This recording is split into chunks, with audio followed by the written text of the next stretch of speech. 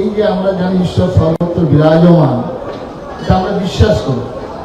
বিশ্বাস করি বলেই আমরা গাছকে পুজো করি, আমরা জলকে পুজো করি, আমরা বনের, দেখুন মা দুর্গা পুজোর সঙ্গে আমরা মা সরস্বতীর সঙ্গে হাঁসের পুজো করি, কার্তিকের সঙ্গে ময়ূরের পুজো করি, গণেশের সঙ্গে ইঁদুরের পুজো করি, লক্ষ্মীর সঙ্গে পেঁচা। খাদ্য এবং খাদক একসঙ্গে বাস করে। আমরা ছোট্টবেলা থেকেই, আপনারাও জানেন, সবাই সাংবাদিক বন্ধুরা আছেন, এটা ভারতবর্ষ, যেটা কবিগুরু রবীন্দ্রনাথ বলেছেন, দিবে আর নিবে, মিলাবে আর মিলিবে, যাবে না ফিরে এই ভারতের মহামানবের স্বাধীনতা।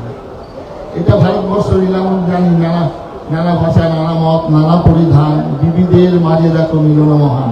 এই আদর্শে বিশ্বাসী বলেই 1947 সালের পর, দেশ বিভাজনের পর আমরা মেনে নিয়েছি। এটা যারা আজকে মানতে পারছেন না, আপনারা সেটা ভালোভাবে জানেন, কিন্তু আমরা মেনে নিয়েছি। কেন? এটাই হচ্ছে মানুষের ধর্ম।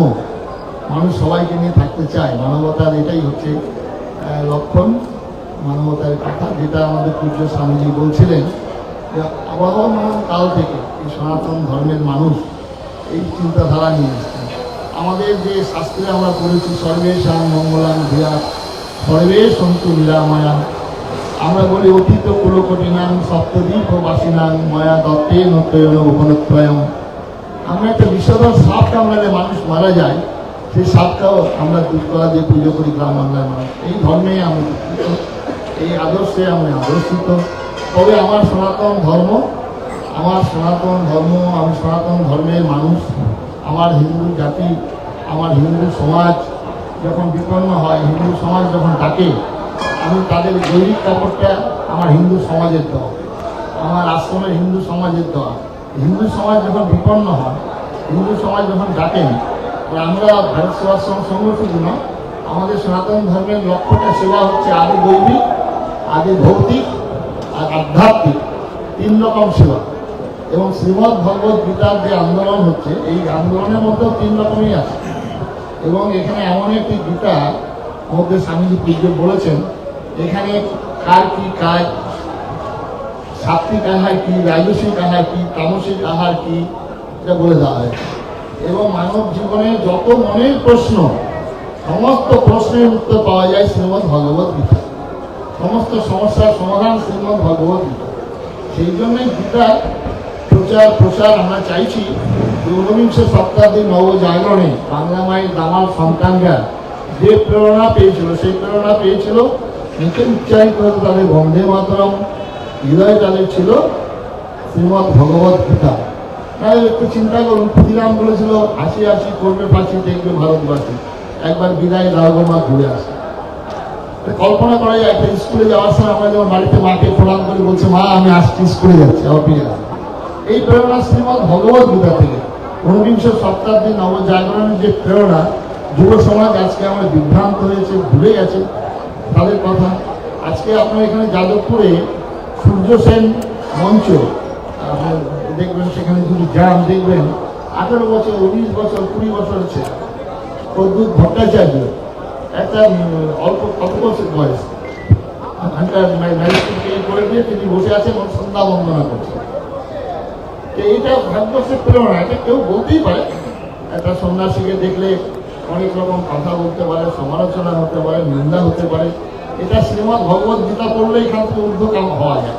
সেখানে বলেছেন যে যো ন হৃষ্যতি ন দেশটি ন শোচৌতি ন কাঙ্ক্ষতি, শুভাশুভ শীতোষ্ণ সুখ দুঃখেষু সমসঙ্গ বিবর্জিতা, পূর্ণ নিন্দা স্তুতি মৌন।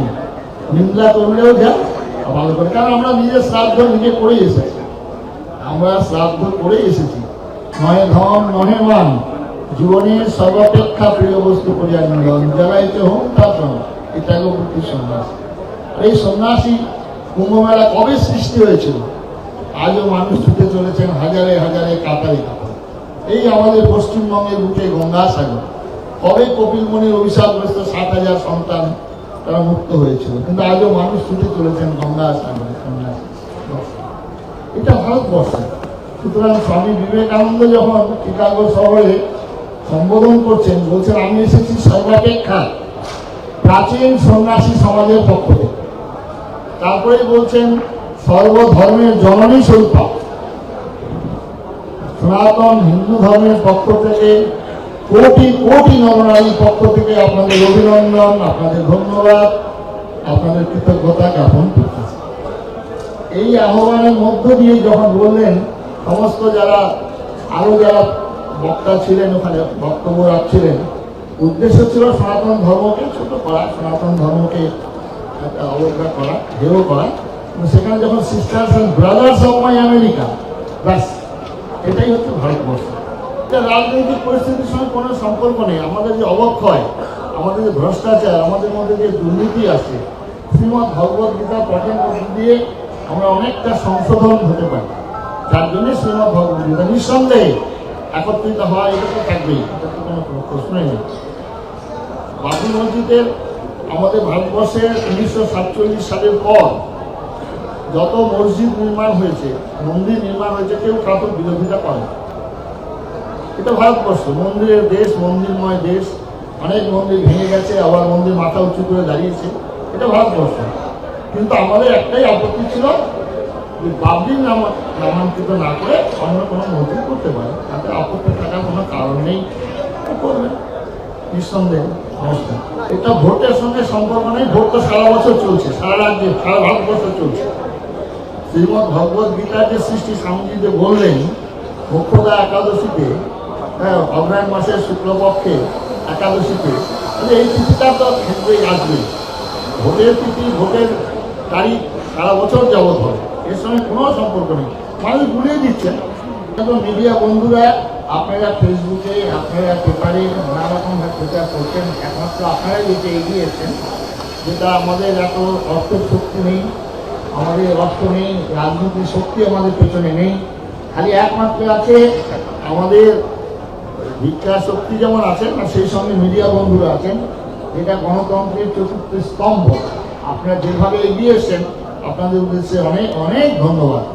আমরা ইতিমধ্যেই এখানে যে ডিআরএমও, তার সঙ্গে যোগাযোগ করা হয়েছে, ওনার ট্রেন, স্পেশাল ট্রেন দেবেন এই কাজের জন্য। এটা হয়েছে, এই পর্যন্ত হয়েছে না। রাজ্য সরকার সাহায্য যেমন আমাদের করেননি, কিন্তু বিরোধিতাও করছেন, এটা খুব ভালো লক্ষণ। আর আপনারা সবাই জানেন, মৌনম সম্মতি লক্ষণম। মুখ্যমন্ত্রী তাহলে আমন্ত্রণ জানানো হয়েছে? অবশ্যই জানানো হয়েছে, এটা প্রোটোকল স্বামীজি বলেছেন। কারণ আমাদের প্রোটোকল অনুসারে সবাইকে জানানো, কারণ তিনি সেই চেয়ারে যিনি আছেন, তাকে জানানো কর্তব্য, আর সেই রাজ্যে আমরা করছি, ওনার আশ্রয়ে অবশ্যই করা দরকার, করেছি। এবং আমরা শুধু তাই নয়, যে এক কিছুক্ষণ আগে বললেন, আমাদের বিভিন্ন মসজিদেও আমরা জানিয়েছি। মাসুম আক্তার ভাই উনি আসবেন, তারপরে সিরাজুল ইসলাম, মামুনুল হক আসবে, মামুনুল হক, এরা সব আছেন। যারা শিক্ষাবিদ, যারা একটু বোঝেন, তাদের কাছে এটা একটা খুব গীতা খুব গ্রহণযোগ্য। যেটা নজরুল তো সবার ভুল ভেঙে দিয়েছে। নজরুল যে বলছেন, হে পাত্র সারথি বাজাও বাজাও তব পাঞ্চজন্য শঙ্খ, ধনুকরি টঙ্কার হানো হানো, গীতার মন্ত্রে জীবন দান। কেন বললেন গীতার মন্ত্রে? এই জন্যই বললেন যে গীতা হচ্ছে সার্বজনীন, সার্বকালিক, সার্বদেশিক। গীতার মতবাদ হচ্ছে আকাশের মতো উদার, সমুদ্রের মতো গভীর, বিনা তেলের প্রদীপ। গীতাকে আশ্রয় করতেই হবে।